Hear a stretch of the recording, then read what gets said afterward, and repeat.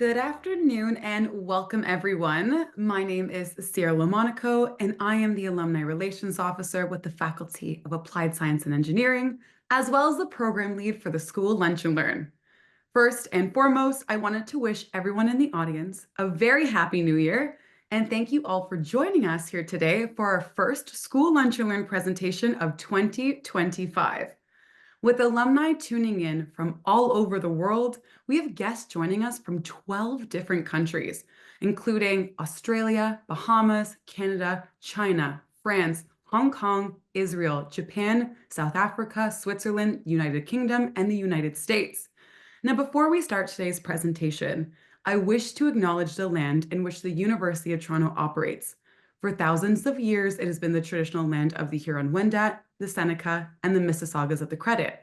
Today, this meeting place is still home to many Indigenous peoples from across Turtle Island, and we are so grateful for the opportunity to work on this land.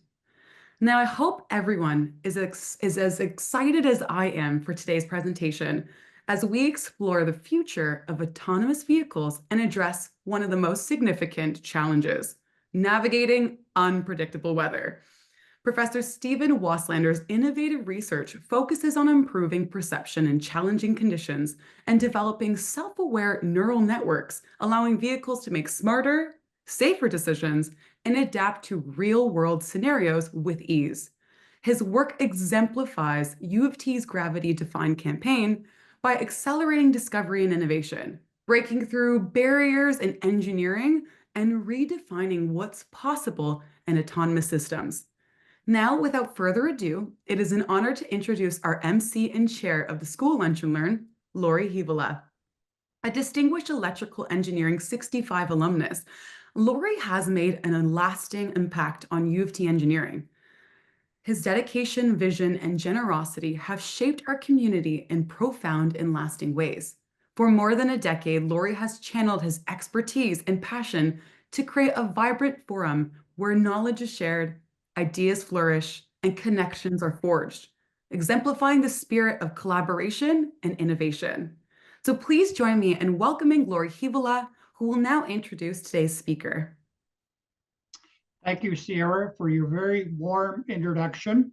A belated Happy New Year to everyone joining us today from around the world. It is my pleasure to welcome our guest speaker, Professor Steven Waslander. Professor Waslander is the director of the Toronto Robotics and Artificial Intelligence Laboratory, otherwise known as TrailLab, at the Institute for Aerospace Studies in the Faculty of Applied Science and Engineering.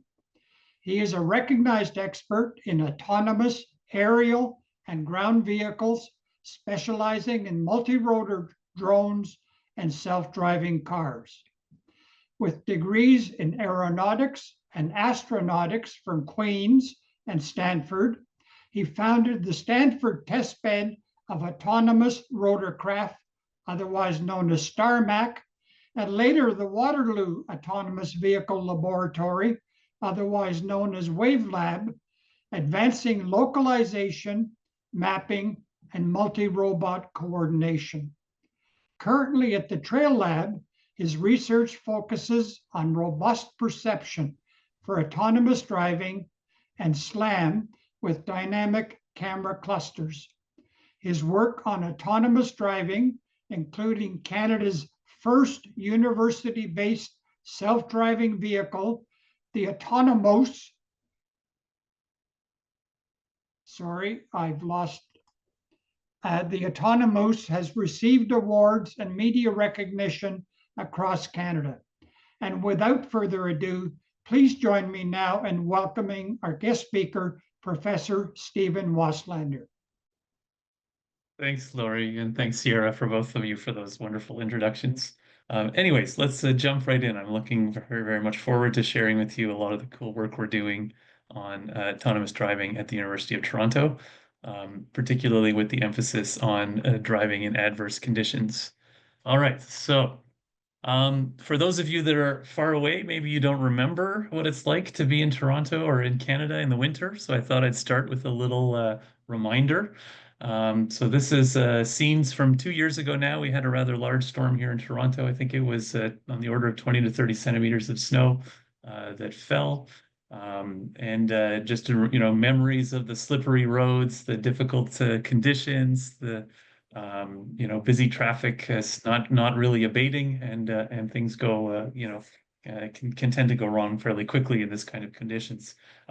Winter or adverse conditions are actually cited as about 20% of accidents, cite them as a cause, meaning it's about the same level as distracted driving and drunk driving, as well as speeding. So all four of those are sort of leading causes of accidents. And it's sort of surprising to see that adverse weather shows up at that same level, given that it's only happening on a small percentage of the days per year. It's cited as well that so when there's significant precipitation, we actually see increases in the probability that you'll be in an accident that go up by 50 to 100%. So, the sort of the lived experience, right? Everyone sort of had the added nervousness of driving in these kind of conditions. It's supported by the evidence. There's certainly more accidents when it's snowing, and the more severe the conditions are, the harder it is to stay safe. So from the autonomy perspective, basically every aspect of this autonomy stack is going to be affected by trying to drive in winter conditions. First off, the scene changes. Things look different. The colors are different. The brightnesses are different. All of the sensor information coming in from cameras and lidars and other sensors on board are affected by the actual change to the physical scene. Second off, a lot of the sensor information is actually corrupted. We don't get full scene information like we do on clear days because of precipitation, reflecting some of the signals and blocking some of our visibility and sensing abilities. Third off, we see major variations in behavior. All right, here's a nice example, but very much driving changes when the roads become slippery. People are doing different things. Pedestrians dress differently, act differently, and all of that needs to be accounted for in the autonomy. The decision-making process similarly becomes very complicated in some situations in adverse weather. Maybe I shouldn't go on that highway where everyone's slipping on the on-ramp. That snowbank doesn't look like it's traversable. These are kind of decisions that only occur in adverse conditions and need to be prepared for in the autonomy stack. And then, of course, finally, the execution of the driving task is more difficult, right? The roads become slippery and you don't know where traction will be available and to what extent as you're planning and executing maneuvers. So all of this really affects autonomy and led to us pushing a large effort within Ontario to build a self-driving research program that focused on the winter challenge. So we were funded for 7 years. We're now in about year 3. Lots of cash from the government, from industry, supporting this from all directions in the institution. It's been a really wonderful ride. We have great partners. So GM is involved, LG Electronics, and then Canadian player Applanix, which builds GPS INS systems and mapping and localization systems. And Potential Motors is coming on board, which is a startup that does autonomy for all-terrain vehicles. And finally, Navtech Radar, our European partners who join us with their amazing 360-degree radar sensor. It's been a big output already. So we have a team of 6 faculty who I'll mention in a second.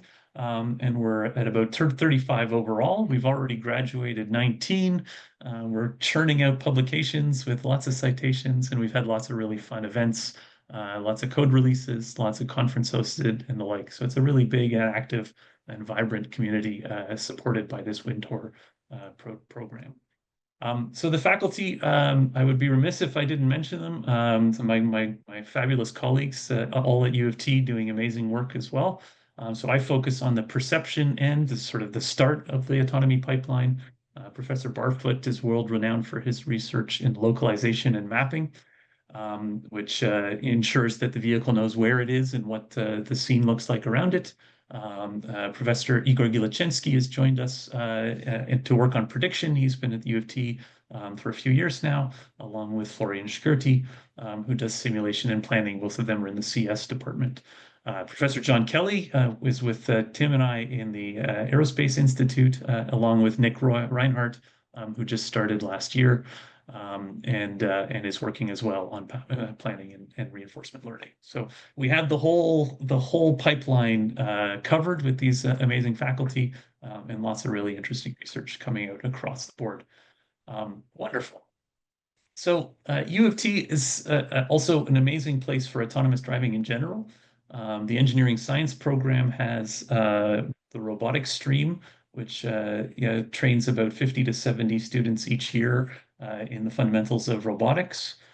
We've been heavily investing in our robotics institute, trying to build this up into a world-class institute with 15 faculty, 200 graduate researchers. It's really a wonderful environment, lots of ongoing activities there as well.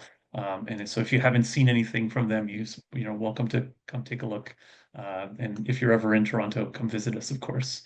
Another really great opportunity that's happened, we've had this self-driving car specialization that Professor Kelly and I put together back in 2019. This is a 4-course series that's available online if you want to learn more technical aspects of self-driving. And it's now reached, I believe, almost 300,000 registrants with 5,000 that have graduated the entire program.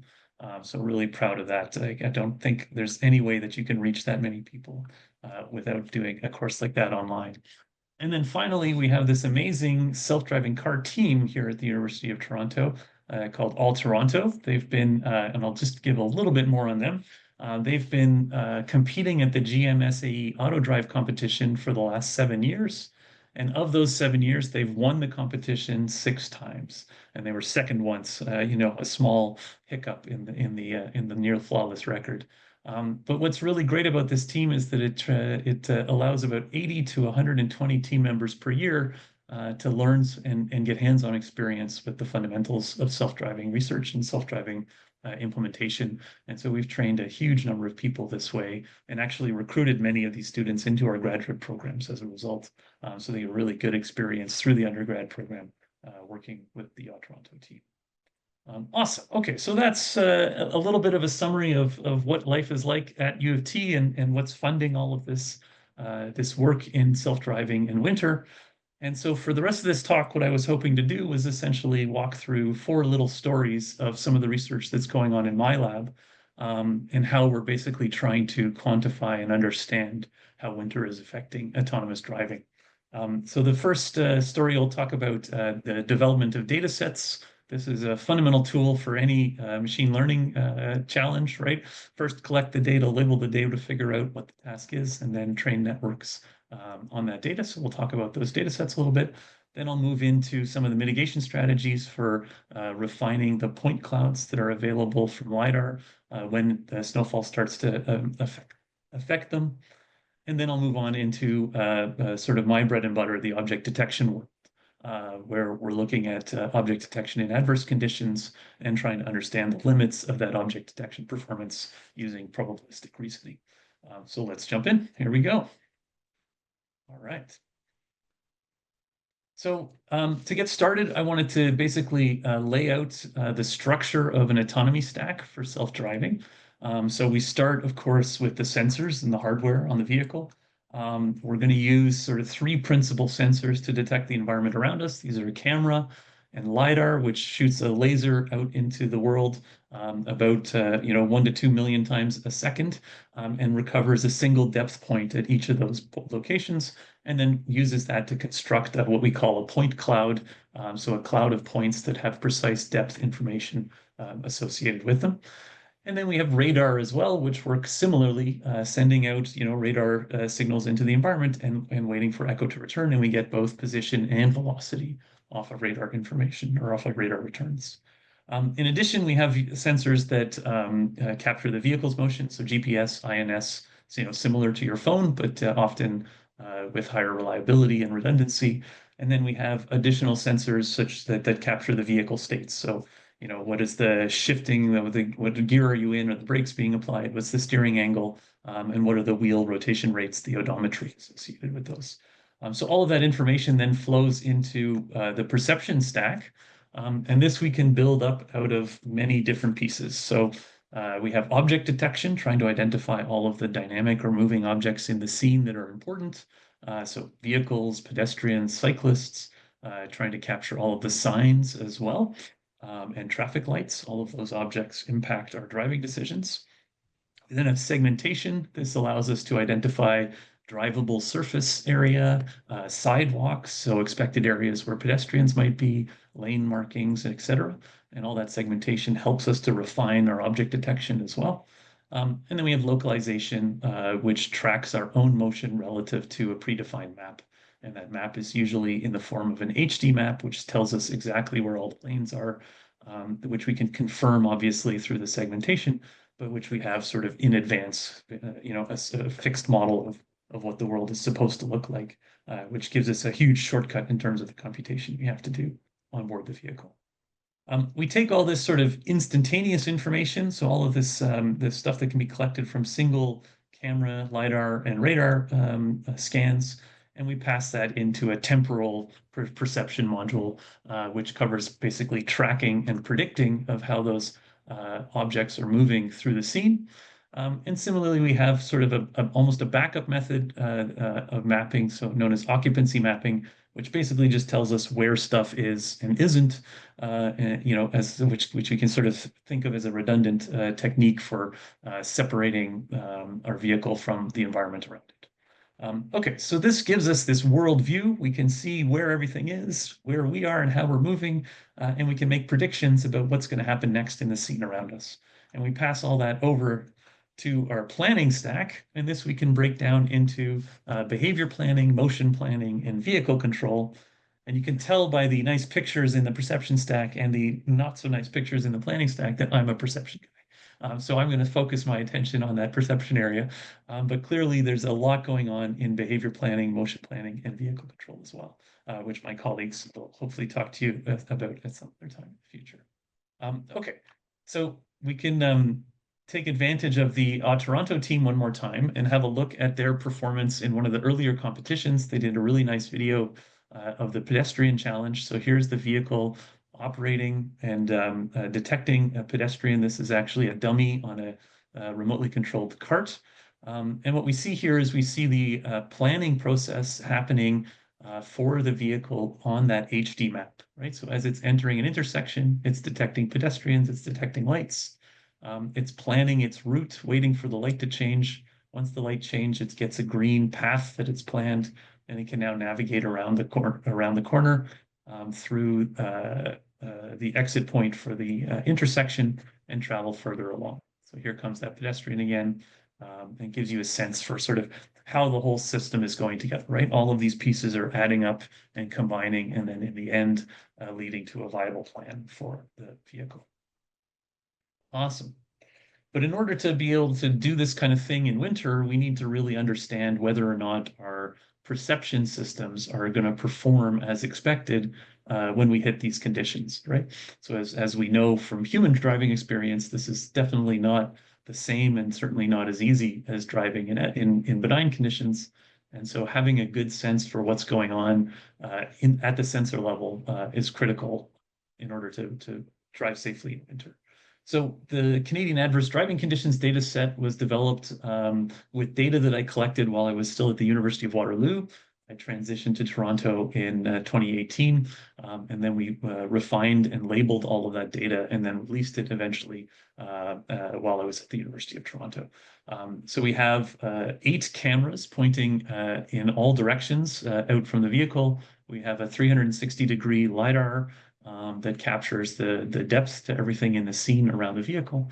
And we've annotated over 7,000 frames, including 50% with snow or snowfall on the ground.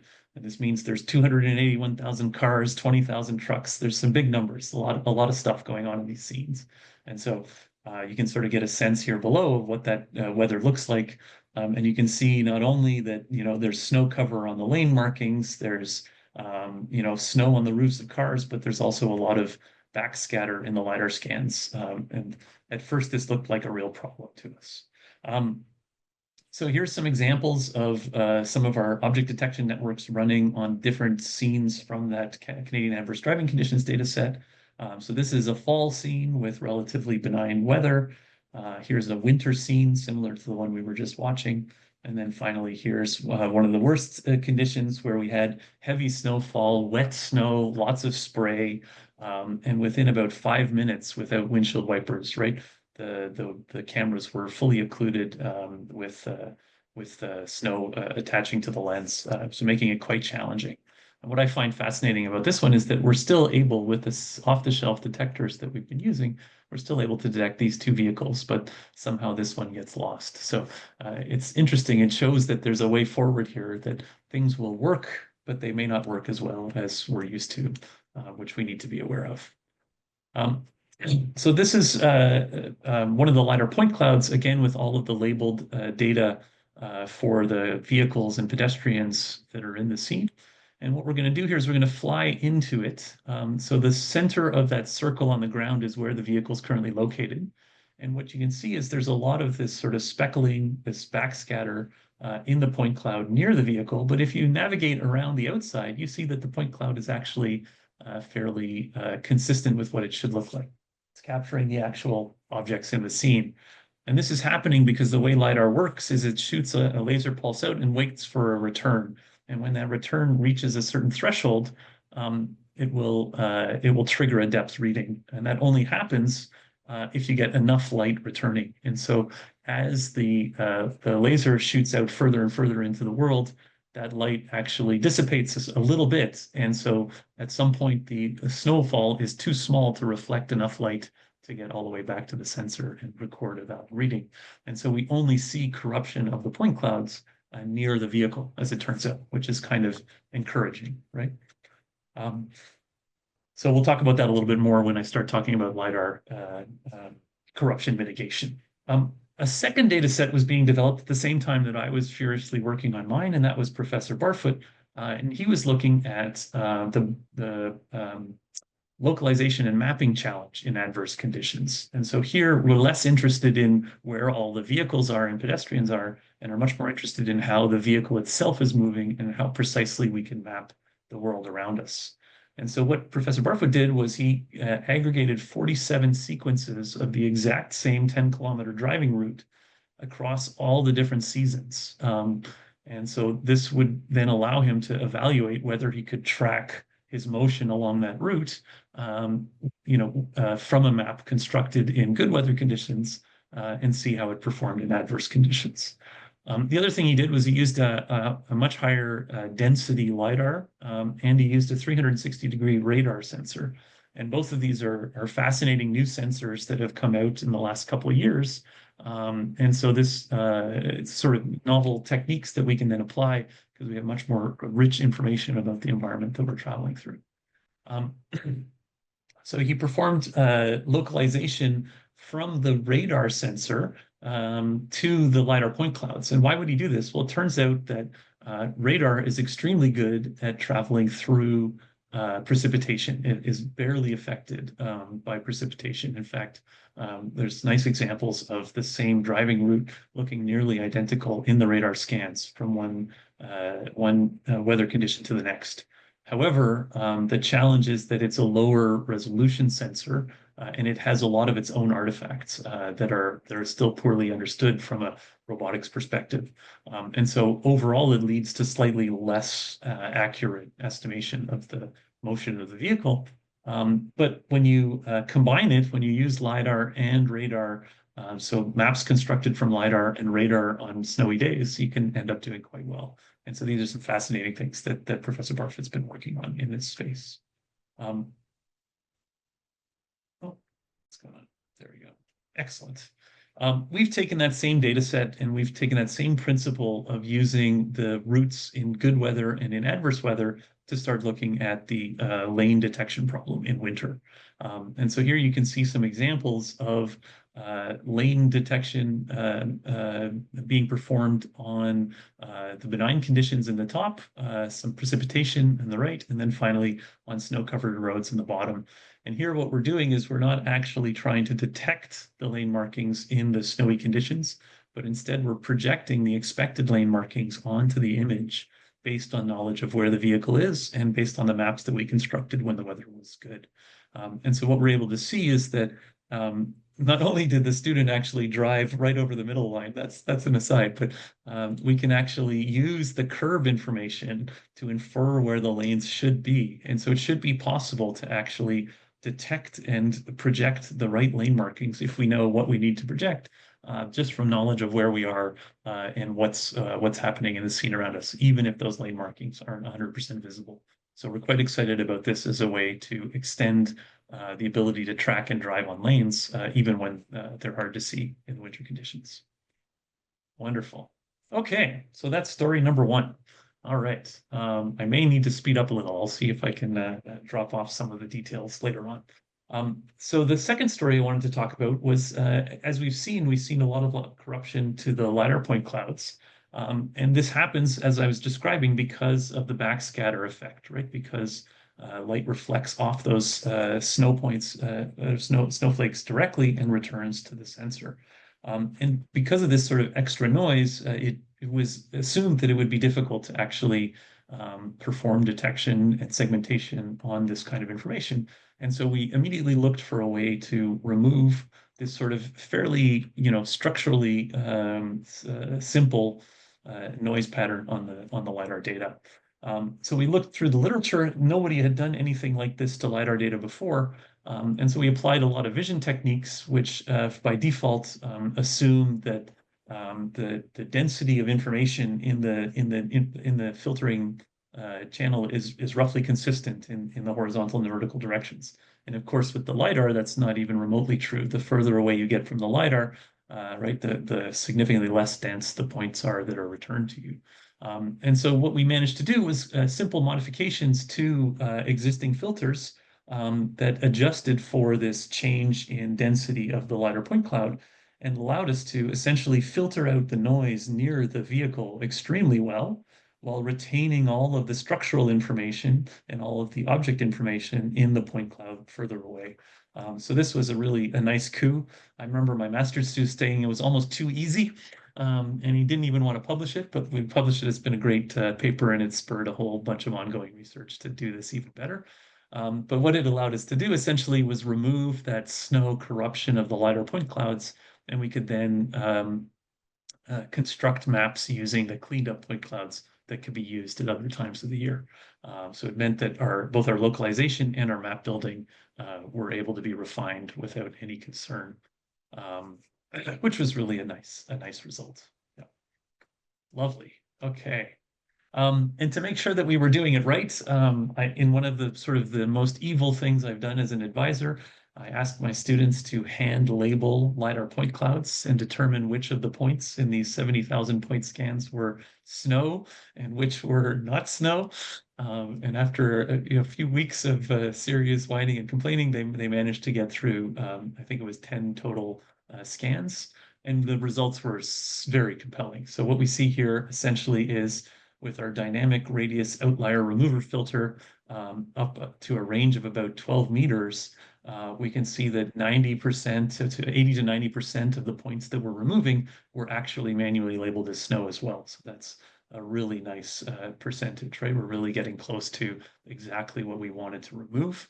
And we see, on the right here, if you just bin all of the points in terms of range and look at what's getting filtered out, you can see the percentage of points being removed on the top by the original system, and then on the bottom by the dynamic system, sort of showing that we're only removing those points near the vehicle that were caused by backscatter, and leaving all of the useful information, or as much, quite a bit of the useful information in the scan going forward. So I keep this slide in there just to remind myself not to torture my students too much. But it's a fun result and a really compelling demonstration that the technique was working. Awesome. Okay, so jumping into the 3D object detection area. So this is a field that really emerged. It didn't exist as a research topic about 6-7 years ago. In 2018, we were one of the earliest groups to start working on this. And essentially the idea is, you can see it on the left here. So object detection in image data tends to be a 2D bounding box, right? So a bottom corner and a top corner is all you need to output, and then a label for what the object is. In 3D, however, you need to actually reason about the full size and extent of the vehicle, its orientation, and so that adds a lot of channels, a lot of additional things to be identified by the vehicle, and it requires you to understand how that vehicle exists in 3D space as opposed to simply within the image. So this is a picture, and there's many of these. If you're a researcher in deep learning, you've seen the thousands of block diagrams for convolutional neural networks, and this is ours. So I thought I'd sort of walk you through how it works to give you a sense for what we're talking about. So on the left here, we have our inputs. We have an image coming in. This is from the Kitty data set. And down here, we have what's called a bird's eye view representation of the LiDAR point clouds. So we've projected the points so that we can see them from a top-down view and cropped out anything that wouldn't be visible within the image. We pass both of these through what are called feature pyramid networks. So these are standard convolutional neural networks that extract features. And so we get these feature intensity maps here that just sort of show you the magnitude of the features located at every pixel in the image, and similarly the magnitude of the features located at every location in the bird's eye view for the LiDAR. And you can clearly see that there's information there, right, where the objects are located are high intensity values, and then where there's an open space, we tend to have very low intensity values for the features. So the way object detection works is it first tries to identify where objects might exist, and then given its favorite locations, it'll then refine those objects and come up with the exact bounding box in the second stage. So we call this a two-stage network. It starts with a region proposal stage where we take an anchor grid of 100,000 possible locations for vehicles. We project these anchors onto the ground plane that we expect the vehicles to be located on. And then we evaluate every single one of these possible anchors using the features in the bird's eye view map and the image feature map. And so we come to this little fusion and decide, based on a scoring technique, what the top most likely proposals, which of these anchors are most likely to have contained an object in the scene. And so here you can see in pink, we sort of focused in on the object locations. We have some less likely ones and some more likely ones that are heavily covered. And this provides us with a set of 300 proposals that we then refine in the second stage and run an additional network with fully connected layers here back on the original full feature maps and recover the detected objects in the end. So that's our proposal refinement stage. So that's the basic idea. This whole network gets trained end-to-end on the data sets that are available. So this work was done with Kitty. And so here's an example scene where we're doing detections. And you can see sort of all the characteristics of the object detectors, right? So they can detect the cars. They provide you with a score. That's the little number underneath about how confident they are that it's a vehicle or a car. And specifically for this data set, we trained to ignore buses and RVs. Those are not part of the task. So you can see why those are being ignored. In the top left, you can see all of those anchors from the first stage, right? Those are the ones that are likely to be considered. And then on the right, you can see the refined boxes with the direction indicated, right? So they're trying to estimate where the front of the vehicle is as well, and or what direction the pedestrians were walking in. So here's a scene with a more mixed traffic. We have cyclists and pedestrians, right? And this is all coming out of the same network at the time. So this gives you a good idea for sort of what the 3D object detection task is. And, you know, this is now a 7-year-old network. So this is what the performance was like when we first started doing this. You can see there's still a bit of jittering, right? Not every box is exactly in the right location and some objects are missed. But it's surprising what can be detected. It's actually hard to do as well as a human when looking at this same information. Cool. Okay, since then, things have progressed extensively. So this is a much more recent work of ours from 2023 called dense voxel fusion. And so what its core idea was to look at if we could extract more information from the image and do better at objects that were further away or were smaller. And so we came up with a technique where we could densify the features available to us in the LiDAR data by projecting that LiDAR feature information into the image feature space. And so this was a neat idea. It looked like it was pretty promising, but what I really wanted to show was the giant wall of effort that this field has produced. So here you can see our paper, AVOD. This was our first paper from 2018 that I was just talking about. We had a performance on the moderate class, which is sort of the medium difficulty objects, of about 71%. And 5-6 years later, right, we were already up to 82, so 10% better on average over the entire data set. And that number's continued to go. So we're now up into the 85s and 86s for state of the art. It's really pretty impressive. In fact, this kitty data set now is considered too small. And so we've moved on to larger data sets that have millions of frames instead of the 15,000 kitty, just to get a better sense for a more complete version of this task. So the field is moving immensely quickly. Every single one of these papers, right, is an entire research group working for a year or two trying to come up with something that's just slightly better. And it's been this amazing ratcheting process of improvements throughout the field. However, nobody's really been looking at this winter scene issue, right? And so we, of course, tried this out. We had data that we'd collected from our autonomous tests on the Autonomous, and had a look for how things were performing in wintry conditions and when there was snowfall. And what we saw, essentially, you can see that backscatter happening near the vehicle in the LiDAR frame. You can see sort of the darkness and the snow accumulation sort of changing the visibility and the view of the scene. And none of this seems to affect our detections too significantly. We're still doing reliable detections of the vehicles over here out to a certain extent, and recovering, all of the objects that we're hoping to observe. So this was reassuring. However, without the data sets and the proper labeling, we didn't know exactly how well we were doing.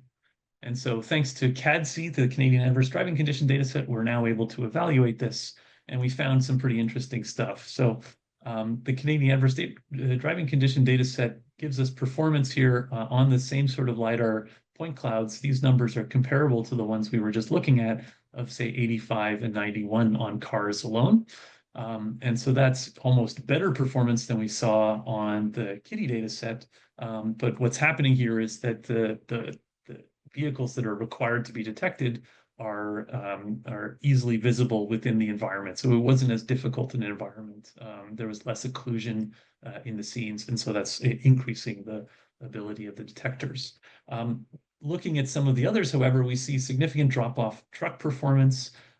Buses, pedestrians were strong again, and so the average overall is still of concern. And what this, digging into this a little bit further, what we actually saw was that there was a significant drop-off as a function of distance, and that things were worse in adverse conditions when those points in the point cloud were being moved or were ineffectual because of the backscatter. And so really what this leads to is it leads to this sort of final challenge, which is how do we know when all of these deep networks are providing us answers we can trust? And so I refer to this sort of led to a whole research direction known as probabilistic perception. It basically trying to not only output the detection itself and the track and the prediction, but also some uncertainty associated with every aspect of that detection that tells us, yes, you can trust this detection. I'm 100% confident, or, I'm fairly sure this is a car, but I don't know exactly how big it is or if it's exactly as far away as I think it is. So this is the kind of information we'd like to have available to us when we start to do planning. I've done this for both object detection as well as for things like localization and mapping, where we're trying to identify objects and build models of them. I'll just leave that there as an aside. So how do we do this? What's going on? Well, it turns out that it's actually non-trivial to model the uncertainty associated with deep network outputs, but it would be really useful if we could do it. So let's dive in for just a second. So there's two types of uncertainty that exist with machine learning models. These have fancy names known as epistemic uncertainty and aleatoric uncertainty. The epistemic is really uncertainty associated with the model itself. Did it learn the task correctly? Did it have enough training data and enough training time to figure out how to solve the tasks reliably every time it sees that information. And so here's a good example. So we have this original image over here. We're doing a segmentation task, right? So classifying what type every pixel is. And you can see that when we compute the epistemic uncertainty, we find this region here in the foreground on the left, where the uncertainty is fairly high. And that has to do with the fact that this sidewalk region here looks a lot like a road region. And so there's a lot of confusion. The model isn't 100% certain whether or not that's sidewalk or road. Similarly, areas in the sky and far away sometimes also lead to high epistemic uncertainty. The other is aleatoric uncertainty, and this is where we sort of reach the limits of our perception sensor input. So this is where, far away pixels, it's really difficult to determine if we have the correct understanding of what those objects are because there's just not a lot of information captured in the scene. So it's not so much a model limitation as it is a sensor limitation. And we want to basically capture and track both of these types of uncertainty as we build object detectors. And so we came up with the Bayes OD object detector. So here we have, once again, this sort of basic normal object detector. So it has a feature extraction. In the first phase, it evaluates a set of proposals, right?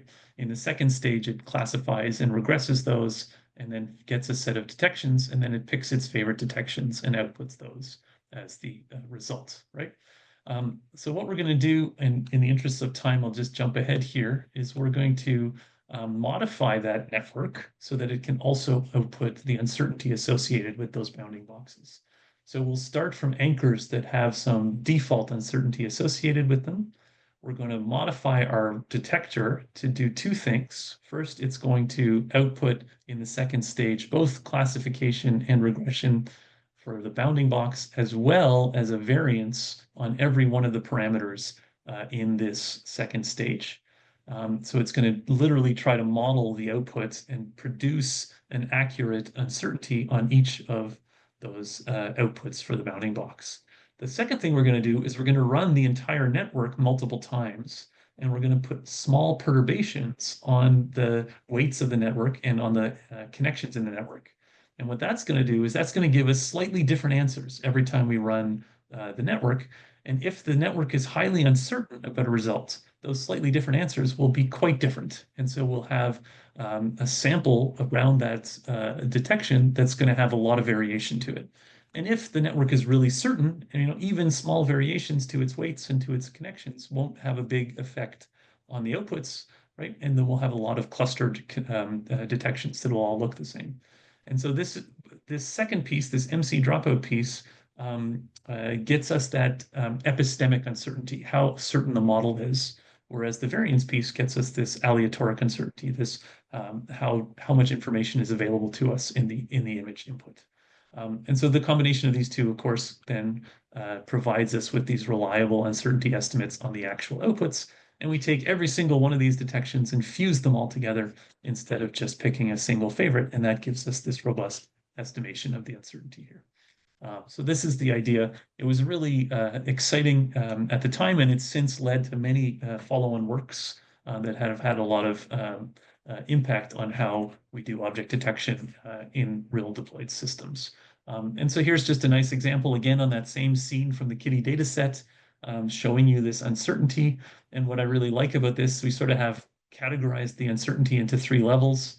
And what you can see is as those vehicles progress to the edge of the image, where only part of the vehicle is visible, very often you see high uncertainty suddenly appear on an object that was previously easy to detect when the whole thing was visible. So that gives you an idea that it really is sort of understanding how the uncertainty is growing as the object is more or less visible. It's also neat to see that sort of when they first appear, sometimes they're in orange, and then as they become less occluded, they transition to teal. Again, sort of reinforcing that idea that these uncertainties are representative and are really helping us in terms of understanding how well we can understand that we can detect these vehicles. So this is something I'm looking forward to applying now to the winter domain, where we haven't gotten that far yet. So you're right where we are in terms of the fundamental research going on. And with my last minute or two, I just wanted to mention a couple of areas that we're really excited about in terms of building out what we're doing. The fundamental limit of what we've been talking about so far is that we've sort of worked against fixed data sets that always have a defined output, so defined types of objects we're trying to detect or track. And in the real world, you don't necessarily have a finite list. There aren't just 10 categories of things in the world, right? There's many, many more. And what we've seen is through the emergence of foundation models like the large language models for ChatGPT, but also vision and language models that combine these things together, we're now able to talk about detecting things and segmenting things without actually predefining what it is we're looking for. And so this is a really exciting area where we hope to expand into. So open world, we call it, detection, classification, and tracking. The other thing that's really neat about this is you can actually know what you know and know what you don't know, and you can detect what we call an out of distribution event. So imagine a tiger walking down Yonge Street, right? You would hope that a self-driving car would realize that that was a strange and rare event and would flag that as out of distribution. So if we can build these kind of detectors that tell us whether or not they're certain that objects are things they've seen before, then we have this ability to move out into the real world and be careful when things happen that we aren't expecting. The other part of this open world deployment is trying to accelerate how quickly we are able to move into new environments.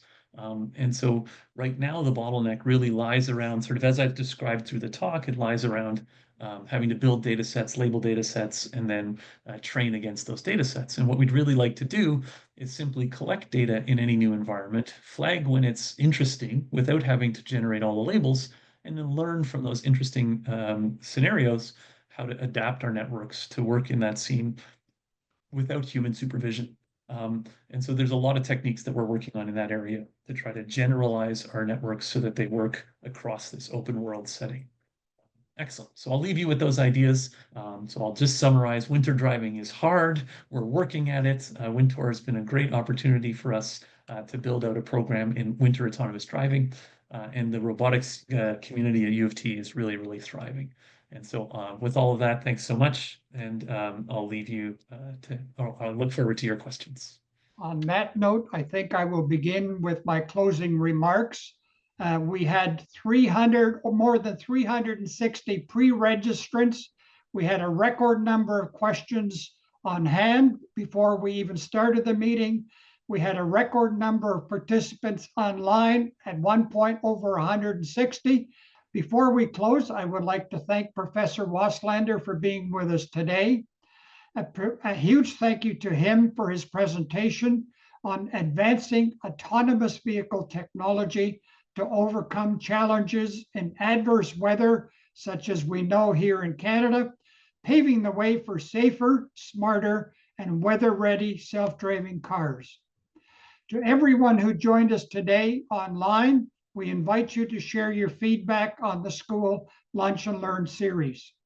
A link to our online survey will be made available in the chat function at the bottom of your screen and will also be shared with you all by email after this event. Also, a link to the presentation will also be shared with all registered guests early next week. For your information, as Sarah previously mentioned, Skule Lunch and Learn events are traditionally hosted on the second Wednesday of each month. Our next Skule Lunch and Learn event will be on Wednesday, February 12th, featuring Professor Enid Montague. She will explore her work on designing human-centered automation systems that promote health equity, improve patient safety, and optimize interactions between physicians, patients, and technology.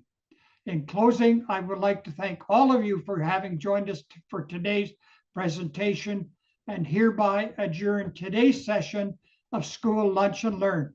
I wish everyone a wonderful, healthy, and happy New Year. Thank you all.